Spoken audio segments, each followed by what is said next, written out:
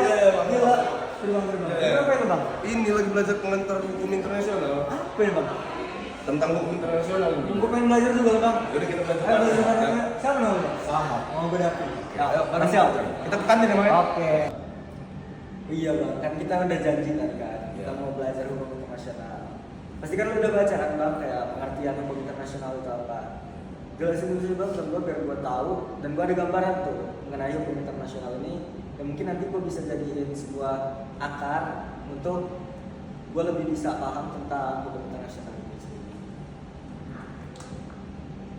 Dengan pertanyaan lo tadi, lo kan ingin mengetahui tentang hukum internasional itu apa. Jadi hukum internasional yang gue baca di dalam buku pengantar ilmu hukum internasional, bahwa hukum internasional itu diartikan sebagai keseluruhan kaidah dan asas atau prinsip hukum yang mengatur hubungan atau persoalan yang melintasi batas-batas negara dengan negara satu dengan negara lainnya, dan berdasarkan subjek bukan negara dan antara subjek hukum negara satu dengan yang lainnya. Lalu di hukum internasional ini juga memiliki sebuah sumber dari segala sumber hukum, yaitu sumber hukum internasional ditemukan dalam pasal 38 ayat 1 Statuta Mahkamah Internasional, yang dimana artinya perjanjian-perjanjian internasional itu baik bersifat umum maupun bersifat khusus, dan juga memiliki asas-asas hukum bang yang diakui oleh bangsa-bangsa yang beradab. Dan juga di hukum internasional memiliki perjanjian, yaitu dua perjanjian, yang dimana perjanjian bilateral dan juga perjanjian multilateral. Yang dimana bilateral itu ialah perjanjian antara negara satu dengan negara lainnya dan dua negara. Lalu kalau multilateral, perjanjian dari lebih dari dua negara. Begitu penjelasan saya tentang hukum internasional. Itu jadi dari pengertiannya ya. Terus itu kemarin itu saya ini sempat membaca juga bang, hukum internasional itu ternyata ada dua jenis tuh, antara hukum internasional publik dan hukum internasional privat. Kalau misalnya saya menjelaskan, menurut saya mungkin saya belum bisa, jadi saya menjawab berdasarkan sumber. Jadi sumbernya udah terpercaya, namanya itu Curtis.com. Jadi di sini dijelasin bahwa hukum internasional publik itu hukum yang mengatur seperangkat norma yang bertujuan mengatur interaksi antar subjek hukum internasional yang berpartisipasi dalam hubungan internasional. Norma-norma hukum internasional publik menciptakan kerangka kerja bersama, di mana subjek-subjek hukum internasional beroperasi dan berkontribusi pada keberadaan hukum internasional yang umum, stabil, terorganisir, dan konsisten. Jadi bisa kita petik bahwa hukum internasional publik itu adalah sebuah hukum internasional yang memang dia mengantar kerjasama antar negara satu dengan negara lainnya, misalnya antara negara Indonesia dengan negara Malaysia, itu masuknya ke hukum internasional publik. Lalu ada yang kedua itu hukum internasional privat. Perbedaannya itu dengan hukum internasional publik, kalau hukum internasional publik itu mengatur antar subjek internasional negara-negara, kalau di privat ini dia lebih ke perdata. Hukum perdata kan, perdata itu kan hubungannya horizontal antara individu dengan individu lain. Tapi kalau misalnya publik itu vertikal ya, antara penduduk dengan penguasa. Jadi ada yang publik dan ada yang privat. Nah di sini jelasin tentang perdata internasional mengatur hak-hak hukum perdata orang, perseorangan atau badan hukum. Hukum perdata internasional terdiri dari serangkaian aturan konflik hukum yang berlaku dalam kasus-kasus internasional. Aturan-aturan ini menentukan penerapan hukum tertentu dalam keadaan yang melibatkan pilihan antara hukum nasional berbagai negara. Nah, tadi kan kita udah membahas sedikit tentang pengertiannya, terus itu ada jenisnya. Nah, kita lanjut ke sejarahnya itu bang. Ya. Menurut lo, atau lo bisa jelasin sebenarnya sejarahnya hukum internasional itu apa aja? Biar gue jadi lebih tahu. Jadi kan lo udah makin memperjelaskan hukum internasional itu apa. Dalam artiin keseluruhan ketentuan hukum yang mengikat subjek hukum internasional dalam hubungan mereka satu dengan yang lainnya. Jadi itu pengertiannya. Jadi sekarang kita masuk ke sejarah. Sejarah itu hukum internasional yang gue baca itu memiliki melewati berbagai zaman, yaitu ada 3, yaitu zaman klasik, lalu abad pertengahan, lalu masuk ke zaman modern. Di zaman klasik dia ada di India kuno, bangsa Yahudi, Romawi, dan Yunani. Di India kuno itu pada zaman itu terdapat sebuah aturan yang berisi kaidah serta telah berdiri sebuah lembaga hukum yang mengatur pengklarifikasian dan hubungan antara kasta. Kemudian juga mengatur suku-suku bangsa, termasuk juga aturan yang mengatur pada raja. Jadi itu masih tentang raja dan tentang struktur kasta. Lalu di abad pertengahan dia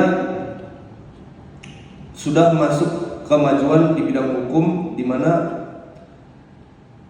ada dimulai dari the dark up, yang dimana di bawah perubahan gereja, ajaran Kristen Eropa yang muncul mulai menggeser ke sekularisasian yang terdapat dalam sistem yang bersifat feodal. Lalu masuk ke hukum internasional masa modern, itu ada perjanjian Westphalia 1648, yang dimana perjanjian Westphalia ini merupakan awal mula dari dipisahkannya permasalahan domestik dan internasional. Nah, itu dihadiri oleh perwakilan dari 109 negara dan menyepakati perjanjian awal mula dari perkembangan kenegaraan. Nah, itu awal mula dari masa modern di perjanjian Westphalia. Lalu ada di abad ke-18 di perjanjian modern itu, yaitu akhirnya pada masa ini, di abad ke-18 ini, hukum bangsa-bangsa memiliki nama baru sebagai hukum internasional. Disitulah baru dikemukakan oleh Jeremy Bentham. Kemudian mulailah munculan para ahli hukum setelah Hugo Grotius yang membagi hukum menjadi 2, yakni aliran hukum alam dan aliran positivisme. Nah, di situ di abad ke-18 mulai munculnya hukum internasional.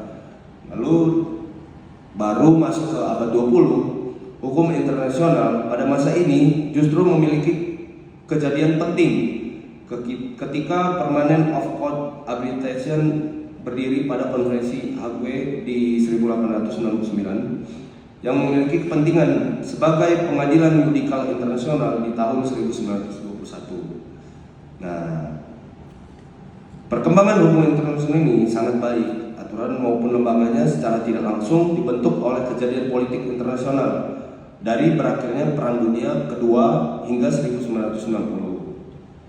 Lalu hukum internasional juga mengalami perkembangan yang baik, tapi tetap saja adanya permasalahan yang muncul di dalam hukum internasional itu, di dalam sejarah itu. Permasalahan yang sering kali muncul itu seperti klaim ganti rugi yang menimpa warga negara yang berada di negara lain, penerimaan dan pengusiran warga asing yang dilakukan oleh suatu negara, masalah nasionalitas, dan diberlakukannya ekstrateritorial beberapa undang-undang nasional. Nah, seperti itulah sejarah hukum yang ada. Makanya hukum internasional itu dibuat untuk dimana memperjelas hak asasi manusia itu tidak terabaikan lah jadinya. Nah, semoga dari Pinya juga mengerti tentang sejarah hukum. Sekarang mending kita bahas tentang muatan hukum internasional ini aja apa, karena kan ini sudah terbentuk hukum internasional ini. Oke, berarti kita lanjut ke materi muatannya ya. Di materi muatan hukum internasional itu dia ada banyak hal, dimana ada prinsip-prinsip dasar hukum internasional, terus itu ada sumber-sumber hukum internasional, terus itu ada subjek hukum internasional, lalu ada bidang-bidangnya dan mekanisme penegakan dan penyelesaian sengketa, terus itu ada perkembangan dan tantangan hukum internasional. Jadi kalau misalnya kita menjelaskan hukum internasional ini secara spesifik mungkin dia agak sulit karena saya belum memahami lanjut. Tapi saya akan membahas tentang prinsip-prinsip dasar hukum internasional aja. Jadi prinsip hukum internasional itu di sini menurut jurnal SAU tahun 2017, di sini ada 6 prinsip, di mana prinsipnya itu ada prinsip kedaulatan negara, prinsip non-intervensi, prinsip persamaan kedaulatan, prinsip Pacta Sunt Servanda, prinsip larang penggunaan kekerasan, dan prinsip hak penentuan nasib sendiri. Kalau dilihat dari prinsip yang pertama yaitu prinsip kedaulatan.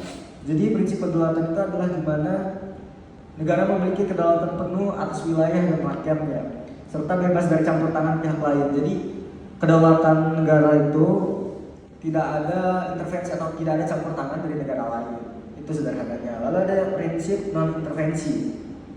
Di sini dijelaskan bahwa tidak ada negara yang boleh mencampuri urusan dalam negara lain. Intervensi hanya dapat dilakukan dengan dasar hukum yang sah. Perbedaannya hanya sedikit dengan prinsip kedaulatan negara. Kalau misalnya prinsip kedaulatan negara itu lebih spesifik ke wilayah dan rakyatnya, kalau misalnya intervensi itu dari negara lain ya, dan tidak dijelaskan bahwa ada wilayah dan rakyatnya.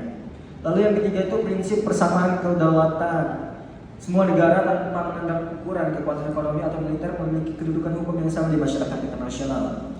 Jadi di masyarakat luas internasional itu tidak ada perbedaan atau tidak ada sebuah kasta antara Indonesia dengan Malaysia, antara Malaysia dengan Amerika, antara Amerika dengan Inggris, antara Inggris dengan Rusia. Jadi semuanya itu sama menurut prinsip kedaulatan persamaan. Lalu yang keempat ada prinsip Pacta Sunt Servanda. Setiap perjanjian yang telah dibuat secara sah harus dihormati dan dilaksanakan dengan etikat baik. Jadi semua perjanjian internasional atau yang lebih dikenal dengan traktat, apabila sudah disetujui dengan negara-negara lain, maka persetujuan itu tidak boleh dilanggar oleh negara manapun, karena itu sesuai dengan prinsip Pacta Sunt Servanda. Apabila kita langgar, maka kita akan mendapatkan sebuah sanksi yang sesuai dengan hukum yang berlaku. Lalu ada prinsip larangan penggunaan kekerasan. Ini dijelaskan dalam Piagam PBB pasal 2 ayat 4. Negara dilarang menggunakan kekerasan terhadap kebutuhan wilayah atau kebijakan politik negara lain, kecuali untuk membela diri atau dengan mandat PBB. Jadi menurut PBB pasal 2 ayat 4 itu negara dilarang menggunakan kekerasan. Kalau yang kita lihat ini sebuah negara Israel yang menjaga Palestina di situ, atau sebuah negara yang waktu itu yang dianut oleh pemimpin yang otoriter itu Hitler, dia menginvasi negara lain dan itu tidak boleh menurut hukum internasional, prinsip-prinsip hukum internasional itu tidak boleh. Dan yang terakhir itu hukum hak penentuan nasib sendiri. Setiap bangsa berhak menentukan status politiknya sendiri tanpa tekanan dari pihak luar yang menjadi dasar lahirnya banyak negara merdeka setelah Perang Dunia II. Prinsip-prinsip ini membentuk kerangka konseptual dari seluruh materi hukum internasional. Nah, dapat kita ambil contoh bahwa prinsip hak penentuan nasib sendiri ini seperti usai Perang Dunia Kedua ketika Uni Soviet yang tadinya adalah sebuah negara yang luas, memiliki sebuah bagian-bagian seperti Rusia, terus itu Ukraina dan lain-lain, mereka memisahkan diri dari negara Uni Soviet itu sendiri karena mereka sudah mengerti mungkin sebuah prinsip yang ada di hukum internasional, itu prinsip hak penentuan nasib sendiri. Jadi menurut pendapat saya dan itu yang bisa saya jelaskan mengenai prinsip dasar hukum internasional. Nah, kita sudah membahas mengenai pengertian, sejarah, lalu materi muatannya. Sekarang kita ke materi yang paling inti, yaitu tujuan. Apa sih tujuan? Apa itu tujuan itu? Mungkin bisa dijelaskan. Saya sudah mengerti tentang materi muatan dan juga mengerti tentang apa itu prinsip-prinsip dari hukum internasional. Lalu pada intinya kita harus mengetahui apa sih tujuan hukum internasional ini ada dan mengapa kalau tujuan hukum internasional tidak ada, apakah yang terjadi terhadap negara-negara. Nah, tujuan hukum internasional itu untuk mewujudkan kepastian hukum dalam hubungan internasional. Jadi kalau misalnya nggak ada, itu mungkin kita akan banyak kekacauan di dalam satu negara dengan negara yang lainnya. Lalu juga ada untuk menegakkan keadilan dan tatanan dunia yang damai. Seperti yang saya bilang tadi, akan banyak kekacauan yang terjadi terhadap negara dan negara lainnya. Lalu menjaga kedaulatan nasional di tengah komitmen global dan juga mengatur hubungan antara negara dan masyarakat internasional. Lalu menumbuhkan kepatuhan dan legitimasi terhadap hukum internasional. Mengapa kita harus menumbuhkan kepatuhan dan legitimasi? Karena tanpa legitimasi konstitusional, hukum internasional tidak dapat berfungsi secara efektif dalam sistem hukum nasional. Jadi mengapa itu kita harus sama-sama menumbuhkan kepatuhan dan legitimasi terhadap hukum internasional tersebut. Lalu kenapa tujuan hukum itu ada? Karena bila tidak ada, banyak sekali hak asasi manusia yang terabaikan. Lalu lingkungan di mana lingkungan negara itu rusak tanpa batas, lalu perdagangan internasional yang sangat kacau, bisa berdampak pada ekonomi juga, tidak ada perlindungan untuk pengungsi dan imigran, tidak ada mekanisme penyelesaian sengketa, lalu dominasi antara satu negara dengan negara yang lainnya itu lemah. Dan dimana kesimpulannya itu ialah hukum internasional itu sangat penting untuk menciptakan ketertiban, keadilan, dan kerjasama sosial dan juga kerjasama global. Tanpa itu, dunia akan lebih rawan konflik, ketidakadilan, dan kehancuran lingkungan. Menurut saya itulah tujuannya, dan bila apa yang tidak terjadi di hukum internasional tidak ada, itulah yang akan terjadi. Banyak kekacauan dan lain-lain, konflik dan lain-lain. Jadi kita sudah membahas dari pengertian sampai ke tujuan. Kira-kira apa sih pasal yang cocok untuk hukum internasional ini, ataupun ada gium lah dari Abang Dapi ini? Kalau misalnya kayak ada gium yang spesifikasikan hukum internasional itu nggak ada, karena ya menurutnya nggak ada kalau hukum internasional yang ada gium secara spesifik gitu. Tapi tadi kita kan udah ngomong tuh ada gium tentang kegelapan itu kan. Nah bisa kayaknya kan Bang Sangat ini apa gitu loh. Kalau menurut saya ini hukum internasional, saya tidak bisa memastikan itu artinya. Mungkin itu bisa masuk ke dalam hukum internasional. Itu ada justice in the dark.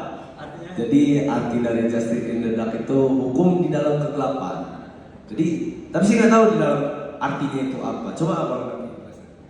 Nah hukum bisa tuh disangkut pautin ke justice in the dark, hukum di dalam kegelapan. Jadi kalau misalnya nggak ada hukum internasional ini pastinya terjadi kekacauan, terjadi masa-masa gelap, chaos antara negara satu dengan negara lain karena tidak ada hukum yang mengatur di situ. Jadi percuma saja kalau misalnya di sebuah negara ada hukum seperti hukum Indonesia, namun tidak ada penggabung antara Indonesia dan Malaysia yang didasari oleh hukum internasional, maka negara-negara di dunia ini bakal kacau karena tidak ada hukum yang terikat di situ, tidak ada aturan di situ. Nah, jadi seperti itu. Di mungkin seperti itulah sebuah pembahasan yang kami aturkan dalam sebuah materi hukum internasional. Sebelumnya saya ingin memperkenalkan diri terlebih dahulu bersama rekan saya ini. Perkenalkan, nama saya David Wanda dengan NPM 2512011238. Pada kesempatan kali ini kami membahas sebuah hukum internasional yang dibina oleh dosen penampung kami Dr. Muhtadi SHMH. Lalu akan dilanjutkan perkenalan dari rekan saya. Lalu perkenalkan, nama saya Satma Tua Panjaitan dengan NPM 2552011130. Berikut setelah penjelasan kami, dari tadi kami sudah menjelaskan, kiranya teman-teman semua dan segala masyarakat dapat mengerti tentang hukum internasional dan dapat lebih memahami tentang hukum internasional. Mohon maaf kepada rekan-rekan semua yang mungkin pada saat pembahasan ini kami tidak dapat menjelaskannya dengan sederhana mungkin, karena sebelumnya disclaimer bahwa kami ini masih semester 1 dan kami masih belajar. Mungkin kalau misalnya ada sebuah masukan dari rekan-rekan semua bisa diaturkan di kolom komentar dan kami terbuka untuk segala diskusi apapun. Baik, segitu saja dari kami. Mohon maaf bila ada perkataan yang salah atau penjelasan yang kurang benar dalam sebuah materi pada kali ini. Kami ucapkan terima kasih. Selamat siang semuanya dan hidup mahasiswa.